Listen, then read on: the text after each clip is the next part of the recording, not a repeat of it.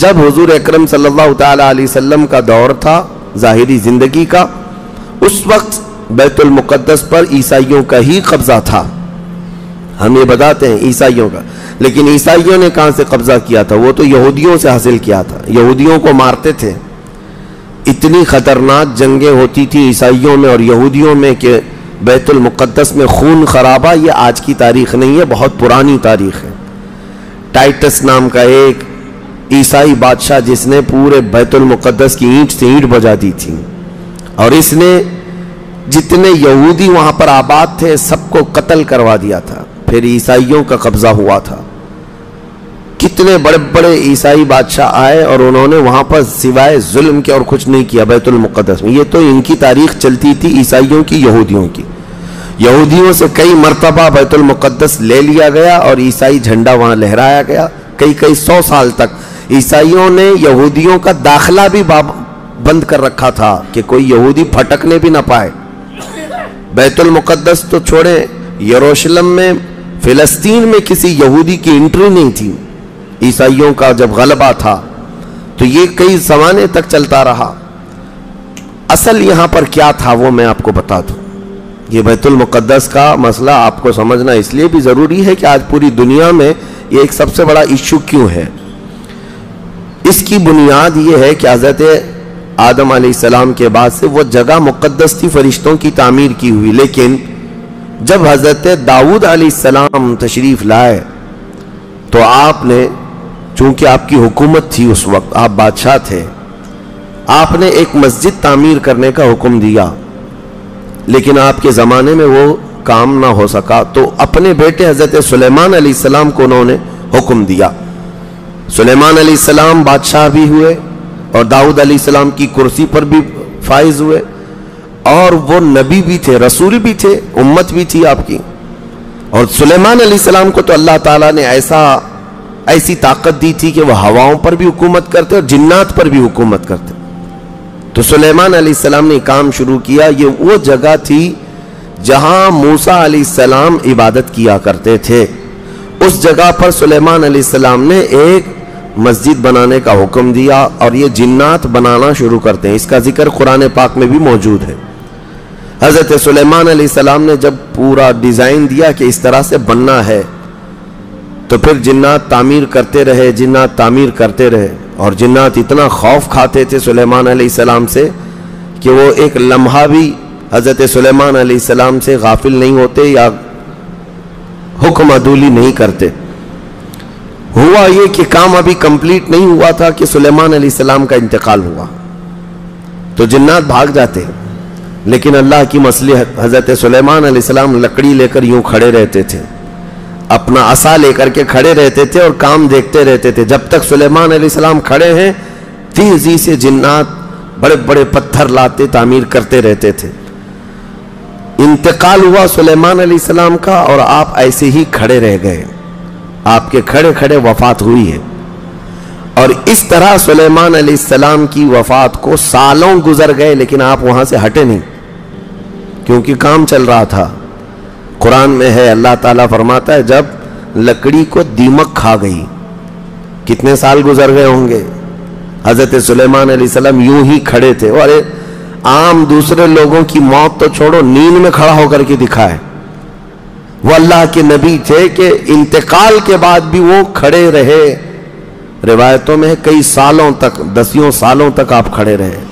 اور اس کے بعد دیمک کھا گئی لکڑی کو تو لکڑی ٹوٹ گئی. تب سلیمان علیہ السلام زمین پر آ گرے. جنات اسی وقت جان گئے کہ یہ تو انتقال کر گئے ہیں. تب تک بیت المقدس کا کام کمپلیٹ ہو گیا تھا، جنات بھاگ گئے سب. یہ تعمیر، اس کو اصل میں بیت المقدس نہیں کہا جاتا تھا اس وقت، یہ ہیکل سلیمانی. یہ یہودیوں کے عقیدے کے اعتبار سے فرسٹ ٹیمپل ہے، پہلا مندر یا پہلی مسجد جو بھی ہے مقدس تھی. یہ ہیکل سلیمانی جو سلیمان علیہ السلام نے جنات سے بنایا تھا. اور سلیمان علیہ السلام کی کرسی جہاں لگتی تھی اس وقت حضرت سلیمان علیہ السلام نے جنات اور سرکش لوگوں سے اور جادوگر لوگوں سے سب چیزیں جادو کی چھین کر اپنی کرسی کے نیچے دفن کر دیا تھا. سب ختم کیا تھا کہ کوئی جادو ٹونا یہ سب چیزیں نہ ہو، کیونکہ یہودی جادو کے پیچھے بہت بھاگتے تھے، صرف جادو میں ہی دن رات۔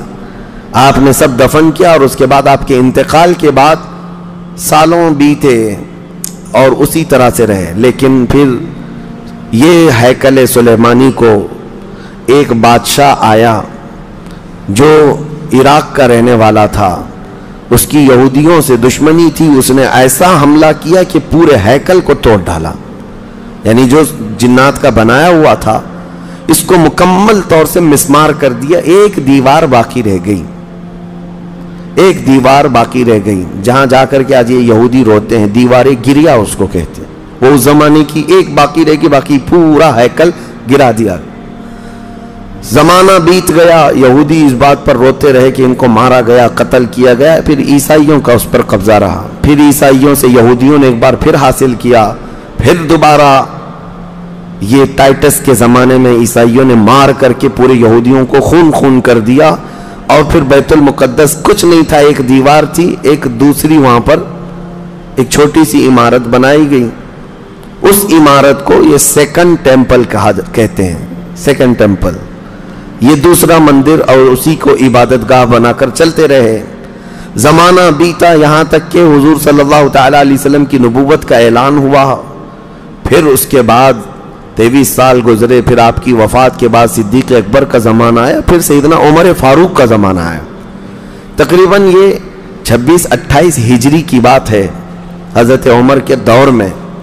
پھر حضرت عمر فاروق کے دور میں جو فتوحات ہو رہی تھی، اسلام پھیلتا جا رہا تھا، تب صحابہ کے ایک لشکر کو حضرت عمر نے فلسطین بھی بھیجا، جس میں حضرت ابو عبیدہ بن جراح بھی تھے۔ تو ان صحابہ نے اس چھوٹے سے لشکر کو لے کر فلسطین کا معرکہ ایسا سر کیا کہ یہ عیسائی سب جان چکے تھے حالات کیا چل رہے ہیں، سیرنڈر ہو گئے اور کہا ہم جو ہے یہ بیت المقدس کی ساری چابیاں آپ کے حوالے کرتے ہیں، لیکن ایک شرط ہے کہ ہم آپ کے ہاتھ میں نہیں دیں گے بلکہ مسلمانوں کے امیر المومنین کے ہاتھ میں دیں گے، وہ آئیں ہمارے پاس۔ تو وہاں جو صحابہ تھے انہوں نے خط لکھ کر بھیجا حضرت عمر کو، حضرت عمر مدینے میں تھے، کہا ٹھیک ہے میں آ رہا ہوں۔ قبلہ اول مسلمانوں کے ہاتھ میں تھا، بیت المقدس آ رہا تھا، سیدنا عمر فاروق مدینے سے چل پڑے، ایک غلام کے ساتھ نکلیں اور ایک سواری ہے، ایک خچر ہے، اور دونوں بھی کس انداز سے جا رہے ہیں، ایسا امیر المومنین جس کے رعب سے قیصر و کسریٰ کانپتے تھے، لڑائی کی کسی کے اندر مجال نہیں تھی، وہ ایک خچر کے سواری پر اتنا لمبا سفر طے کر رہے ہیں، وہ بھی غلام سے یہ طے کر رکھا ہے 1 میل میں بیٹھوں گا، 1 میل تو بیٹھنا، ہاں تو رسی پکڑ کے چلے گا 1 میل تک، اور اس کے بعد جب تو بیٹھے گا تو میں رسی پکڑ کے چلوں گا 1 میل تک، اس طرح سے تو سفر طے کیا۔ جب فلسطین پہنچ رہے تھے اور اس وقت لوگوں میں خبر تھی کہ امیر المومنین آ رہے ہیں، تو لوگ دیکھنے کے لیے شہر سے بھاگے بھاگے باہر آئے۔ اتفاق ایسا کہ اس وقت خچر گھوڑے پر بیٹھنے کی باری غلام کی تھی اور نکیل رسی حضرت عمر کے ہاتھ میں تھی۔ دوڑے ہوئے لوگ آئے جو نہیں پہچانتے تھے، عیسائیوں نے امیر المومنین کہہ کر اس غلام کا استقبال کیا کہ تشریف لائیں۔ تب جو صحابہ تھے وہاں پر انہوں نے پکار کر کہا نادانو، وہ امیر المومنین نہیں، رسی پکڑا ہوا امیر المومنین ہے، یہ امیر المومنین ہے۔ پہلی مرتبہ ان اعلیٰ اخلاق و کردار کو عیسائیوں نے دیکھا تھا کہ وقت کا خلیفہ کوئی گھوڑے کی رسی پکڑ کر کے بھی چلتا ہے، تو بہت متاثر ہوئے، اور اس کے بعد بنا کسی جنگ کے حضرت عمر فاروق رضی اللہ تعالیٰ عنہ بیت المقدس میں داخل ہوئے، اور ان عیسائیوں نے جو کچھ بھی وہاں پر کیا تھا اس کو نکالا۔ پھر حضرت عمر فاروق رضی اللہ تعالیٰ عنہ نے پہلی اذان دینے کا حکم فرمایا، وہ ظہر کی اذان تھی، آپ نے وہاں پر نماز پڑھائی، پھر اس کے بعد یہ سلسلہ چلتا رہا۔ اب اس میں تفصیل ہے، عیسائیوں کو اسی طرح ہم بھی بھگاتے، مسلمان بھی بھگاتے، جیسے یہ یہودیوں کو بھگاتے تھے، تو انہیں آج بولنا چاہیے تھا کہ مسلمانوں نے زبردستی قبضہ کیا۔ حضرت عمر فاروق کا عام اعلان تھا کہ جو یہاں پر رہنا چاہے اس کے لیے کھلی آزادی ہے، حتیٰ کہ عیسائیوں کا چرچ بھی تھا پرانا، حضرت عمر نے کہا اس کو توڑا نہ جائے، اس میں عبادت جو ہوتی ہے ان کو اپنی عبادت کرنے دیا جائے۔ حضرت عمر چاہتے تو اینٹ سے اینٹ بجا دیتے، نکال کر صاف کر دیتے ہیں، لیکن آپ نے کھلی اجازت دی، اور عیسائی ویسے ہی باقی رہے۔ 400 سال تک یہ سلسلہ چلتا رہا۔ پھر فاطمی دور آیا، یعنی بنو عباس کی خلافت ختم ہوئی۔ فاطمیوں کا غلغلہ تھا، انہوں نے خلافت سنبھالی، لیکن وہ مضبوط نہیں تھے، کمزور خلیفہ آئے، جس کی وجہ سے صلیبی طاقتیں جتنی بھی تھیں سب آ کر کے اس خلیفہ پر قبضہ جما لیا، اور بیت المقدس میں اجازت پہلے مانگ لی کہ ہمیں آنے جانے کی اجازت دی جائے۔ جب آنے جانے کی اجازت مل گئی تو پورے علاقے پر زبردستی غاصب قبضہ کر کے وہاں سے سارے مسلمانوں کو ختم کر دیا، بہت مسلمانوں کا قتل کیا۔ فلسطین کی سرزمین یہودیوں کے قتل سے بھی بھری ہے، مسلمانوں کے قتل سے بھی بھری ہے، اور یہودیوں نے عیسائیوں کا بھی قتل کیا ہے، لیکن مسلمانوں کا قتل عام کر کے یہ زبردستی فائز ہوئے ہیں، کس پہ؟ بیت المقدس پر۔ یہ قبضہ جو ہے 87 ایئرز تک چلتا رہا، 87 سال تک۔ یہ اس وقت کا المیہ تھا کہ مسلمان خلیفے تھے، گورنر تھے، بہت سارے حکمران تھے، رونا روتے تھے، لیکن کوئی آگے بڑھنے کو تیار نہیں تھا۔ کردستان کا ایک شہزادہ صلاح الدین ایوبی، جو نور الدین زنگی کے شاگرد تھے اور ان کی فوج کے سپاہی تھے، ان کو یہ روزانہ خبریں تھی کہ بیت المقدس میں سب کچھ اجاڑ دیا گیا ہے، مسلمانوں کی اذان بند ہے، وہاں نہ جمعہ کا خطبہ ہو سکتا ہے، نہ ہی عبادت کے لیے وہاں پر نماز پڑھی جا سکتی ہے۔ ایک دن گزر رہے تھے، انہوں نے ایک لکڑی کا ممبر بنوایا اور پھر عزم کر لیا کہ یہ ممبر میں بیت المقدس میں رکھ کر کے رہوں گا اور اس سے خطبہ دیا جائے گا۔ وہ ان کا عزم تھا اور اس پر لے کر کے چلتے رہے۔ تقریباً آپ نے 17 جنگیں لڑی ہیں، 17 جنگیں لڑی، اور صلاح الدین ایوبی کو جو درپیش مسائل تھے وہ کہا گیا ہے کہ پہلے تو انہوں نے جو روڈ میپ بنایا تھا اس حساب سے ان کو 2 سال کے اندر یہ جنگوں میں فتح کر لینا تھا۔ 2 سے 4 سال کے اندر ان کے دماغ میں یہ تھا کہ بیت المقدس کو میں حاصل کر لوں گا، لیکن فرماتے ہیں کہ اپنوں کی مخالفت اتنی تھی، جگہ جگہ سے کوئی مسلمان بیٹھا ہوا ہے، نواب بیٹھا ہے، کہیں کوئی کسی چھوٹے علاقے کا خلیفہ، کوئی گورنر، سب پکڑ پکڑ کر کے ان کی ٹانگ کھینچیں، ان کے فوجیوں میں ورغلائیں اور الگ الگ وسوسے ڈالیں، جس کی وجہ سے پہلے اپنوں سے بھیڑتے بھیڑتے آپ کو 18 سال لگ گئے۔ بیت المقدس پھر پہنچے، صلیبیوں سے معرکہ آرائیاں ہوتی رہیں، پھر وہ 87 سال کے بعد صلاح الدین ایوبی نے دوبارہ بیت المقدس کو ان عیسائیوں سے پاک کیا، اور آپ نے وہ ممبر وہاں پر لگایا اور تاریخی خطبہ عطا کیا تھا۔ اس کے بعد وہ بیمار ہو گئے صلاح الدین ایوبی رحمۃ اللہ تعالی علیہ۔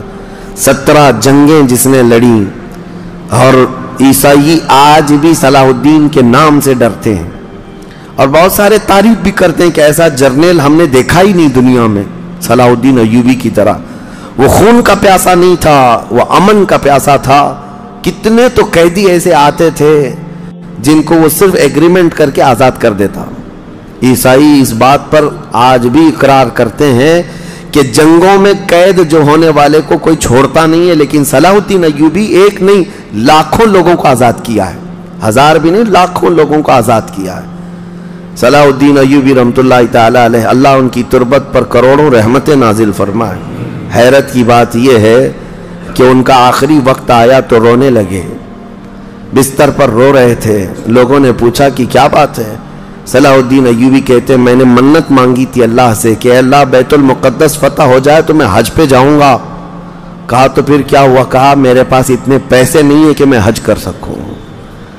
یہ وقت کا وہ عادل حکمران جس کی تاریخ عدل سے بھری ہوئی ہے، لیکن یہ بھی تاریخ ہے کہ مال لوٹ کر کے اگر اپنا محل بنایا ہوتا تو صلاح الدین کے بہت سارے آج محلات ہوتے، لیکن وہ آخر وقت بستر پر اس غم سے رو رہے تھے کہ میرے پاس حج پہ جانے کے لیے پیسے نہیں ہیں۔ جس کے زیر نگین کتنے علاقے آتے تھے اس وقت، بہت سارے علاقوں کا وہ خلیفہ۔ لیکن میرے عزیزو، اسلام کی سچی تاریخ ایسے ہی خلفاء سے ہے، ایسے ہی خلفاء سے نظام ہے۔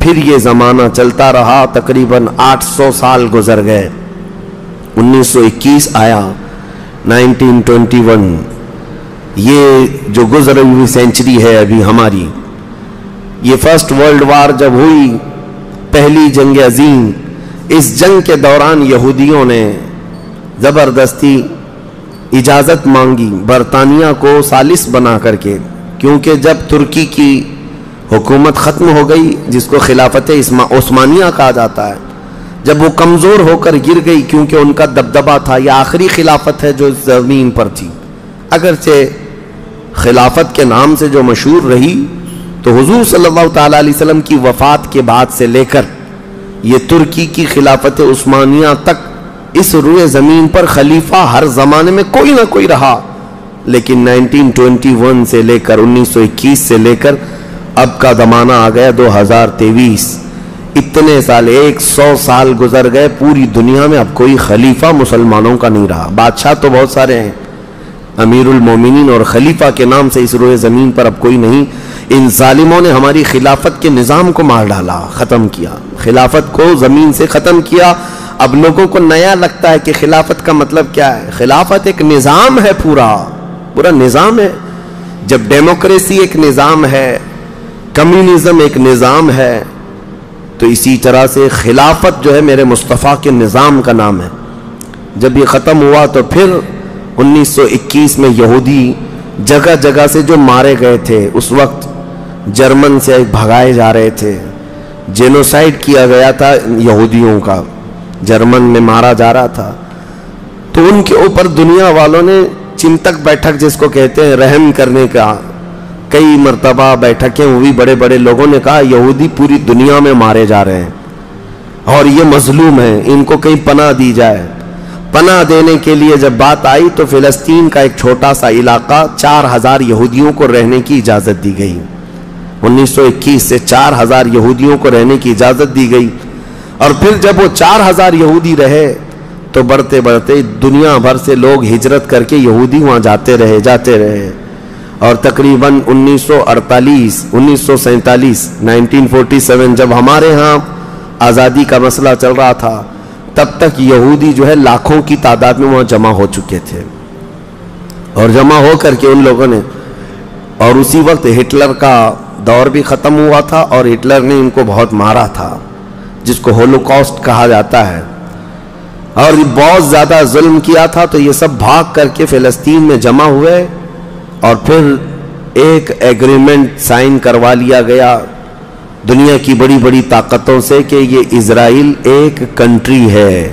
فلسطین کو 2 حصوں میں بانٹ دیا گیا، آدھا عربوں میں، آدھا یہودیوں میں، فلسطین کے 2 حصے کر دیے، تو آدھا یہودیوں کو ملا تو ٹھیک ہے، لیکن اس کے غصے میں عربوں میں جنگ شروع ہوئی۔ 1948 کے بعد پھر جنگوں کا آغاز ہو گیا، جارڈن، سیریا، مصر، ان لوگوں نے اسرائیل کے ساتھ، انہوں نے نئی کنٹری کا نام اسرائیل رکھا تھا، جنگ کیا۔ جب جنگ کرتے رہے، اسرائیل اپنے پیر پھیلاتا رہا اور آگے بڑھتا رہا، کیونکہ اس وقت ان عربوں کے اندر یا جدید ہتھیار نہیں تھے۔ اسرائیل کو فلی طور پر امریکہ کا سپورٹ تھا، UK کا سپورٹ تھا، یورپ کا سپورٹ تھا۔ ان تینوں ملکوں کے ساتھ بڑی خوفناک جنگوں میں ان کو پیچھے ڈھکیل دیا گیا، بلکہ جو صحرائے سینا تھا مصر کا، وہ بھی اسرائیل نے قبضہ کر لیا۔ تور سینا جس کو کہتے ہیں، کوہ تور، وہ بھی ان کے لیے مقدس تھا، وہ بھی حاصل کر لیا۔